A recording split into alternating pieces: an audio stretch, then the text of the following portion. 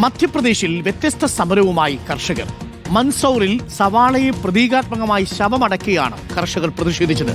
മൃതദേഹം കൊണ്ടുപോകുന്നതുപോലെ അന്ത്യയാത്രയും സംഘടിപ്പിച്ചു.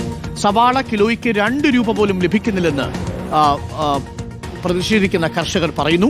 ആത്മഹത്യയുടെ വക്കിലാണെന്നും സർക്കാർ ഇടപെടണമെന്നുമാണ് ആവശ്യം. ആദിൽ പാലോടുണ്ട് കൂടുതൽ വിവരങ്ങളുമായി. ആദിൽ പാലോട്, ഇപ്പോൾ നമ്മൾ കാണുന്നത് ഇന്ത്യയിലെ കർഷകരുടെ അവസ്ഥയാണ്. അവർ പ്രതീകാത്മകമായി ശവമടക്കുന്നത് സവാളയാണ്. കാത്തിരുന്ന് ഈ കാലാവസ്ഥാ വ്യതിയാനങ്ങളെയൊക്കെ മറികടന്ന് ബുദ്ധിമുട്ടി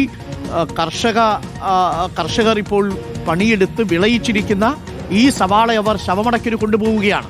അത്രമേൽ പ്രതിസന്ധിയിലാണോ കർഷകർ?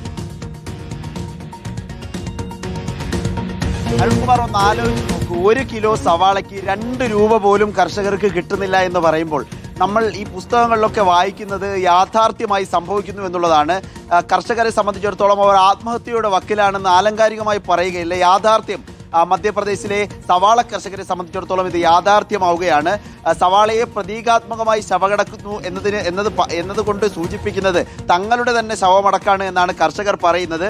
ആത്മഹത്യയുടെ വക്കിലായതിനാൽ അടിയന്തരമായി സർക്കാരിൻ്റെ ഒരു സഹായം വേണം, ഇടപെടൽ വേണമെന്നാണ് കർഷകരുടെ ആവശ്യം. ദൃശ്യങ്ങൾ നമുക്ക് കാണാനാകുമെന്ന് പ്രതീക്ഷിക്കുന്നു.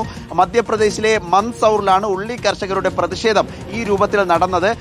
ഈ ഒരു മൃതദേഹത്തെ അണിയിച്ചൊരുക്കുന്നത് പോലെ ഒരുക്കി വാദ്യമേളങ്ങളോടുകൂടി ഒരു അന്ത്യയാത്ര സംഘടിപ്പിക്കുന്നു. ശേഷം ശവമടക്ക് നടത്തുന്നു. ഈ ചിത തെളിക്കുന്നത് പോലെ ചിതയൊരുക്കുന്നു, കത്തിക്കുന്നു.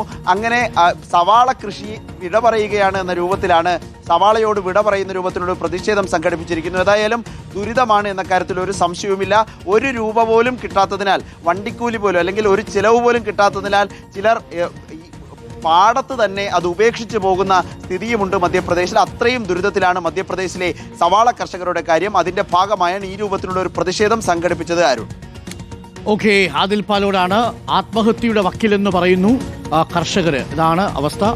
പ്രതീകാത്മകമായി ശവമടക്കിയിരിക്കുന്നത് സവാളയാണ്. ആദിൽ പാലോടാണ്. അത്രമേൽ ദുരിതമാണെന്നേ ഒന്ന് ആലോചിച്ച് നോക്കൂ. സവാളയ്ക്ക് ഇത്രമേൽ വില കുറഞ്ഞു പോയ മനുഷ്യരുടെ ജീവിതമാണ്. ഈ കണ്ണീർ പാടം എന്നൊക്കെ പറഞ്ഞ കവിതകളില്ലേ, അതേപോലെ സവാള വിരിയിക്കുന്ന പാടങ്ങളിൽ ഈ പറയുന്ന ബുദ്ധിമുട്ടാണ് അനുഭവപ്പെടുന്നതെങ്കിൽ നമുക്ക് എന്താ പറയാൻ കഴിയുക?